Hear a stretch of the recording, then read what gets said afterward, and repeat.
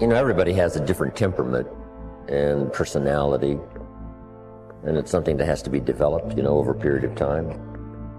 We all must deal with that dark side of our nature, the positive side of our nature, and it isn't that it ever gets done or finished, but that we should suppress those things that would cause us trouble, not only within ourselves, but cause us trouble with someone else. You're not aware of that conflict going on. Because conscious attention doesn't need ordinarily to focus upon it. And so you don't get involved, and you're not anxious about what party is winning and what party is losing. They're keeping up a kind of balance. It's a spiritual battle. And it's taken people thousands and thousands of years to figure this out.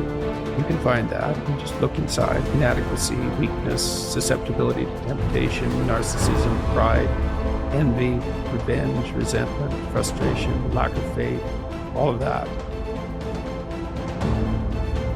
So we spend a lot of our energy, a lot of our time, a lot of our work and our thoughts on how much stuff can I get, how much can I accumulate.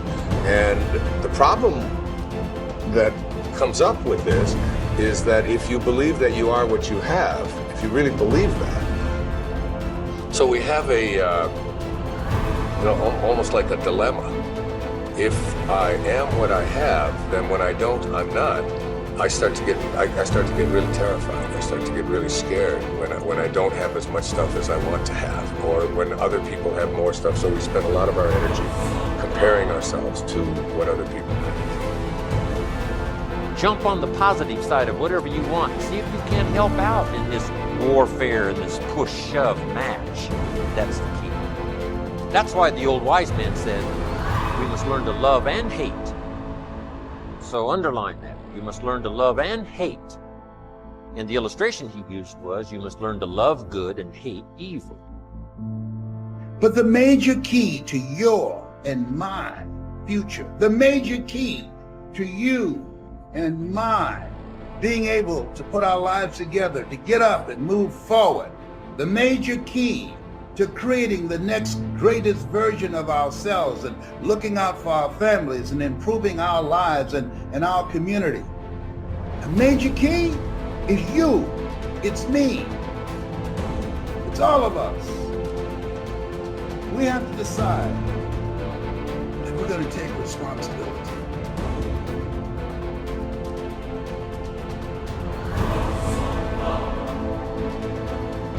So, what are the opportunities today? Probably one of the best forms of growth that we can work with now is cooperation and service to each other. The individual finds perhaps the greatest basic joy that there is in the human composition when he brings joy or releases joy through other persons. One of the simplest things we can do is to plan a program of helpfulness, a program of not thinking about ourselves, but earning the respect, admiration, confidence, and affection of other people. It is something to look back quietly upon a good deed that has brought security to another. And this type of backward looking is probably the most cheerful as possible. So service to others. If you do not know what to do, help someone in desperate trouble. Forget being deprived of a few hours of television or being requested to turn away from some ordinary leisure that you have planned. But try to see what you can do to help other people. Now, if you have special trained abilities in these matters, there are many opportunities that open themselves to the person who really wants to help.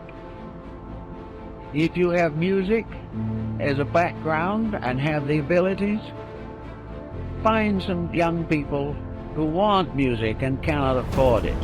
And instead of sitting around gossiping or answering phone calls, take these young people and try to educate them or help them in their musical lessons. If you are in business, take young people who need business training. They will not get proper training in school, but they can get it from someone who has been through it and knows what is right and knows what should occur and what should not occur. Everyone can do something, and out of the best they have done themselves, share with another. Then there are things you can do for yourselves. If you are not in a position or do not feel equipped to work with other people, then work with yourselves. Develop those faculties and powers which are not functioning properly today. Look over your own life and see what your mind is doing. Is your mind growing? Or is it just heaping up one prejudice on top of another?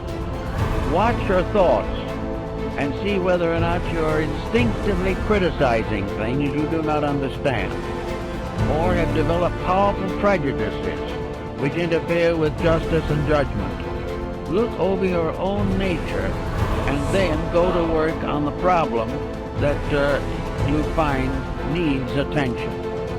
It is not good, however, to try to simply convert yourself.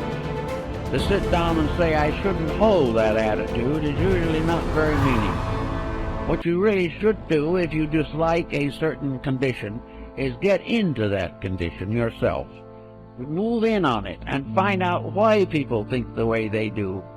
Instead of criticizing from some set point within yourself, find out why other people are not more successful in their judgments.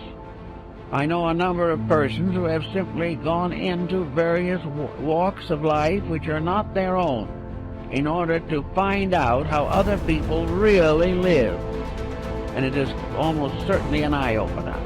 If you do not wish to go through all this, it then is the best attitude you can have is to believe firmly that every individual is doing the best he can for what he is. And it is always important to try to estimate what he is and help him to become better.